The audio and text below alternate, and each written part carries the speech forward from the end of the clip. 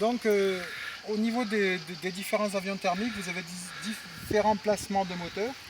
Sur un traîneur, le moteur est souvent vertical, c'est un moteur de temps. Donc ce qui est bien, c'est que la vis pointeau est facilement accessible. La vis de réglage de contre-pointeau aussi, et ça fonctionne bien. Vous avez ici un moteur 4 temps, tête en bas, qui est une bonne solution aussi, pour un moteur 4 temps, avec la vis de pointeau qui est facilement accessible. Ici, vous avez un moteur 2 temps, vis de pointeau facilement accessible, échappement en bas, cylindre horizontal, c'est excellent. Et là, vous avez un montage un petit peu moins conventionnel, mais qui fonctionne bien aussi, c'est le cylindre couché à 3/4, avec le pot en bas, ça permet de bien intégrer, et la vis pointeau qui est bien accessible aussi. Donc ça, c'est très bien. Alors là, on s'est amusé à vous présenter plusieurs moteurs thermiques. Donc un tout petit pour vous faire voir qu'il existe des petits moteurs thermiques qui peuvent remplacer un moteur format 400 en électrique. En fait, c'est plutôt l'inverse, ils sont arrivés avant. C'est très mignon, c'est très rigolo. Sinon, vous avez un moteur de temps classique, bon celui-ci est un petit peu vieux. On vous expliquait, quand il est monté dans l'avion comme ça, tout va bien, la vis de réglage est accessible. Si vous le mettez comme ça, là tout va bien aussi, parce qu'en cas de noyage moteur, le carburant va descendre ici, il n'y a pas de souci.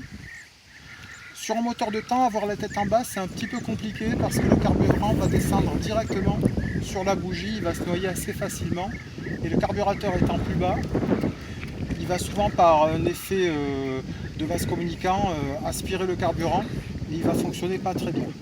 Une solution que j'ai déjà vue quelques fois qui est vraiment à proscrire, c'est de monter le moteur dans ce sens-là, c'est-à-dire avec le pot vers le haut, parce que là on ne peut pas dégager s'il est noyé, et en plus la vis pointeau est accessible par le dessous, c'est n'importe quoi.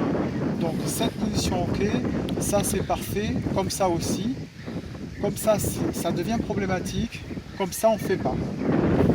Sur un moteur 4 temps, on peut le mettre classiquement comme ça, on a la vis de réglage qui est ici, ça fonctionne bien, il n'y a pas de souci particulier.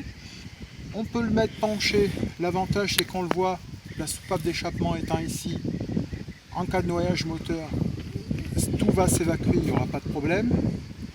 Et lorsqu'il va être donc tête en bas, la vis pointeau sera toujours aussi facilement accessible, mais pareil, ici nous aurons une évacuation comment ça s'appelle, si jamais le moteur est noyé, assez facile, et donc il n'y aura pas de problème.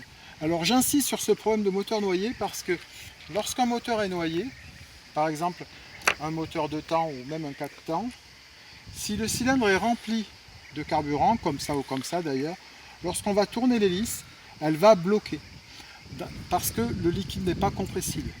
Dans le cas d'un démarrage, donc au démarreur par exemple, ou si vraiment on y va comme une brute, on peut arriver à tordre la bielle ou le maneton, et donc détruire son moteur. Donc c'est pour ça qu'il ne faut pas qu'un moteur soit noyé, parce que 1, ça démarre mal, et 2, on peut arriver à détruire son moteur. C'est pour ça que le positionnement du moteur dans l'avion est important. Donc un 4 temps tête en bas, c'est super, sur le côté c'est bon pour tous les moteurs. Un 2 temps tête en bas, c'est souvent problématique, mais des fois ça marche très bien. Tête en haut, il n'y a pas de problème non plus parce que tout est accessible, on peut bien travailler autour de